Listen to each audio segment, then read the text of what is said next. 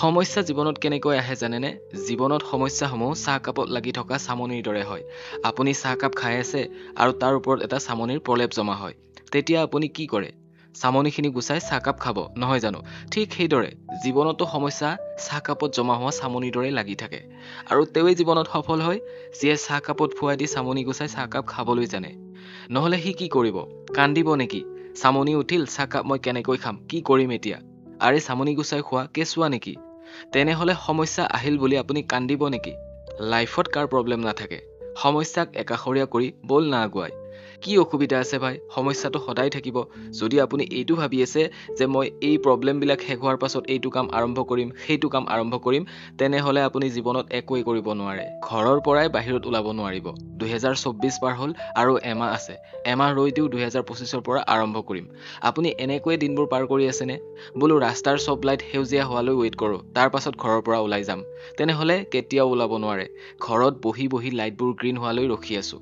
চব গ্ৰীণ হৈ গ'ল, এতিয়া ঘৰৰ পৰা ওলাও। আপুনি এনেকুৱাই কৰে নেকি? নকৰে। আপুনি ঘৰৰ পৰা ওলাই আহে, ৰেড লাইট দেখিলে কিছু সময় ৱেইট কৰে, নহয় জানো? পথ বন্ধ হ'লে কি কৰে? বেলেগ ৰাস্তাৰে ওলাই যায়, চেঞ্জ কৰে, নহয় জানো? খলা বোমা আছে কি কৰিব? গাড়ী লাহে লাহে চলায়। এইবোৰ চব সমস্যা বাধা আহে নে নাহে? কিন্তু তথাপিও আপুনি যাব খোজা ঠাইলৈ গৈ পায় নে নাপায়? ধৰা হ'ল আপুনি নতুনকৈ অলপতে বিয়াখন পাতিলে। মাত্ৰ 4-5 দিন হৈছে বিয়াখন পতা। আপুনি কামৰ পৰা ঘৰলৈ ঘূৰি আহি আছে। ৰাস্তাতে আপুনি ট্ৰেফিক জামত ফচিব লগা হ'ল। এতিয়া কি কৰিব? ৰখি থাকিবনে? ছাইড লৈ গুচি আহক। আগত ৰাস্তা ব্লক আছে, তেতিয়া কি কৰিব? এই মাজৰ যে সেইবোৰ থাকে কি কয়? ডিভাইডাৰৰ মাজৰ খালী ঠাইখিনি পাৰ্টিশ্যন। গাড়ী তাতেই ঘূৰাই ল'ব কোনো চিন্তা নকৰাকৈ। চালা ছাইড লাগবে চব। আৰু ৰাস্তাত যদি ধৰ্ণা চলি থাকে, ৰাস্তা অৱৰোধ কৰে, সিহঁতক কি কৰিব? 2-4টা যা-তা গালি দি, আৰে ছাইড দে ভাই, যাব লাগে, আৰ্জেণ্ট কাম আছে, জল্দি জল্দি যাব লাগে, আমুক ঠাইত যাব লাগে, আমুক হস্পিটেলত যাব লাগে, এক্সাম দিব লাগে, ইণ্টাৰভিউ দিব যাব লাগে। তেনেহ'লে আমি সেই লক্ষ্যস্থানলৈ গৈ পাওঁ নে নাপাওঁ? গৈ পাওঁ ভাই, যেনেকৈ নহওক আমি তাত উপস্থিত হওঁ। সমস্যা ক'ত নাই ভাই? You will get challenges everywhere all over the world. আমাৰ সকলোৰে লগত সমস্যাই দেখা দিয়ে। চাওক, এওঁলোকৰ লগত সমস্যা আছিল নে নাই? তথাপিও বনাইছিল। 8টা ইঞ্জিন তৈয়াৰ কৰি উলিয়ালে। 8টা চিলিণ্ডাৰ ইঞ্জিন বনাইহে এৰিলে। এওঁ কি কোনো সমস্যা পোৱা নাছিল নেকি? হেল্ল' ভাই, পোৱা নাছিল নেকি? কি কৈছিল? বোলো আইনাৰ পৰা পোহৰৰ উৎপাদন কৰিম, পোহৰৰ আৱিষ্কাৰ কৰিম। পাগল নেকি? নহয় জানো? পাগলেহে তেনেকৈ ক'ব। থমাছ আলভা এডিছনৰ নাম শুনিছে নহয়? কি কয়? বোলো আইনাৰ পৰা পোহৰৰ আৱিষ্কাৰ কৰিম। লগৰবোৰকো নিশ্চয় কৈছে। আৰু বন্ধুবিলাকে কি ক'ব? আমিও ভাবিছোঁ এইটো হ'ব পাৰে। এনেকৈ ক'ব নেকি? নকয়। হাঁহিছিল চাগে, হাঁহি হাঁহি মজা লৈছিল। 1093টা আৱিষ্কাৰৰ সূত্ৰ কেৱল থমাছ আলভা এডিছনৰ নামত আছিল। মৃত্যুৰ আগতে 1093টা পেটেণ্ট দি থৈ গৈছিল।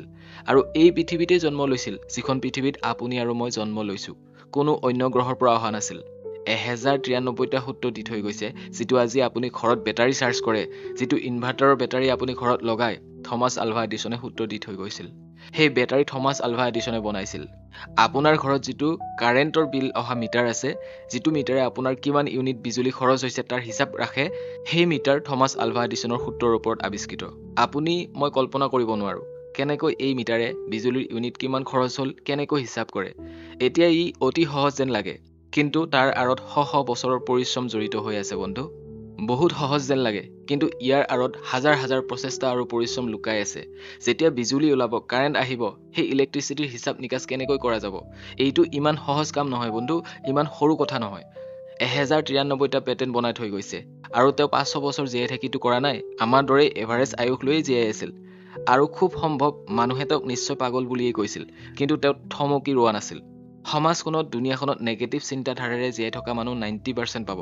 গোটেই দুনিয়াখনে আপোনাৰ বিৰোধ কৰিব, প্ৰতিবাদ কৰিব। সেইচা, সৌজন পাগল আহিছে। কৈছিল তৰংগৰে কথা পাতিব পাৰি। পাগল সেইকাৰণেই কওঁ, কাৰণ পাগলেই এই পৃথিৱীখন সলনি কৰি দিছে। এই 10% মানুহে আমাৰ দৰেই কাম কৰে। তেওঁলোকেও আনৰ দৰেই খায়, পিন্ধে, শুৱে, সকলো কৰে, কিন্তু বেলেগতকৈ অলপ বেলেগকৈ কৰে। ভাল মানুহে এই পৃথিৱীখন সলনি কৰা নাই। ভাল মানুহবিলাকে ঘৰতে বহি বহি আনৰ দুখ খুচৰি থাকে। মুৰ্গীয়ে যেনেকৈ খুচৰি ফুৰে, তেনেকৈ ভাল মানুহবিলাকে আনৰ দুখ বিচাৰি খুচৰি ফুৰি থাকে। কিন্তু এই সমাজখন, এই দুনিয়াখন যদি পৰিৱৰ্তন কৰিছে, তেন্তে কেৱল পাগল লোকসকলেই কৰিছে। তৰংগৰ সহায়ত কথা পাতিব পাৰি। আৰে পাগল নেকি তৰংগৰ সহায়ত কথা পাতিব? ই পাগলেই নিশ্চয় হ'ব। তেনেকৈয়ে নিশ্চয় কৈছিল টেলিফোনৰ আৱিষ্কাৰক গ্ৰাহাম বেলক।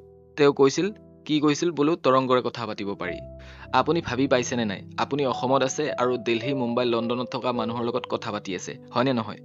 কিমান সহজ নহয় জানো আপুনি নম্বৰ ডাইল কৰিলে আৰু লণ্ডনৰ মানুহৰ লগত কথা পাতিলে। কিন্তু আপুনি ভাবক ইয়াৰ আঁৰত কিমান টেকন'লজি জড়িত হৈ আছে। যেতিয়া টেলিফোনৰ আৱিষ্কাৰ হোৱা নাছিল আৰু যেতিয়া গ্ৰাহাম বেলে মানুহক হয়তো কৈছিল ইয়াৰ বিষয়ে, তেতিয়া মানুহে তেওঁ কি বুলি জানো কৈছিল। যেতিয়া টেলিফোনৰ আৱিষ্কাৰ হোৱা নাছিল আৰু যেতিয়া গ্ৰাহাম বেলে মানুহক হয়তো কৈছিল ইয়াৰ বিষয়ে, তেতিয়া মানুহে তেওঁ কি বুলি জানো ভাবিছিল। এতিয়া ট্ৰেন্সমিশ্যনৰ যুগ। ট্ৰেন্সমিশ্যন কি বুজি পাইছেনে? অসমীয়াত যদি কওঁ সংক্ৰমণ। নেক্সট জেনেৰেশ্যন, নেক্সট কি হ'ব? Human transmission. ট্ৰেন্সমিশ্যন কি বুজি পাইছেনে? এই যে network, internet, wifi, Bluetooth, radio' waves, fingerprints, smartphone, smart ৱাটছ ইত্যাদি।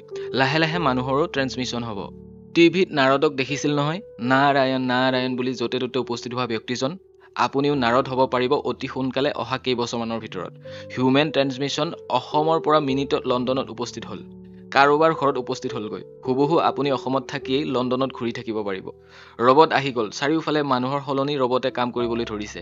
AI আহি গ'ল, আৰ্টিফিচিয়েল ইণ্টেলিজেন্স, যিয়ে সকলো কাম হুবহু মানুহৰ দৰে কৰিব পাৰে। ড্ৰাইভাৰ নোহোৱাকৈয়ে এতিয়া গাড়ী চলাব পাৰি। আপুনি ড্ৰাইভিং চিটত বহিব নালাগে, জাষ্ট ইনষ্ট্ৰাকশ্যন দি যাওক যে সোঁফালে যাব নে বাওঁফালে যাব। এইবিলাক কথা 20 বছৰ আগতে যদি কোনোবাই আপোনাক কৈছিল তেতিয়া তাক নিশ্চয় আপুনি পাগল বুলিয়েই কৈছিল। কিন্তু এওঁলোকে যেতিয়া নিজৰ এই সপোনবোৰৰ কথা আনৰ আগত আলোচনা কৰিছিল তেতিয়া নিশ্চয় তেওঁলোকৰ ওপৰত মানুহে হাঁহিছিল, ঠাট্টা কৰিছিল। এইটো 100%। সমস্যা আহিবই। আৰু চাওক এটা কথা মনত ৰাখিব, যদি ঢেৰ সমস্যাই দেখা দি আছে তেন্তে ভাবি লওক আপুনি দুনিয়া সলনি কৰি দিব পৰা কাম কৰি আছে। কিন্তু চাকৰি কৰি কোনো সমস্যা সমাধান কৰিব নোৱাৰে। যি আছিল তাতেই থাকিব।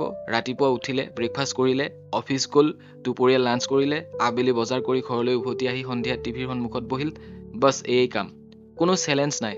এটাই সলনি হ'ব, কি চব্জি সলাই সলাই বজাৰ কৰি থাকিব। আৰু যি আছিল তাতেই থাকিব, একো সলনি নহয়। মই আপোনাৰ মনোবল ভাঙিব বিচৰা নাই, কিন্তু অপ্ৰিয় হ'লেও সত্য কথাটোহে কৈছোঁ। চাকৰিয়ে কেৱল আপোনাক জীয়াই থকাৰ মাত্ৰ এটা সুবিধা দিয়ে আৰু তাৰ বাহিৰে অন্য একো নাই।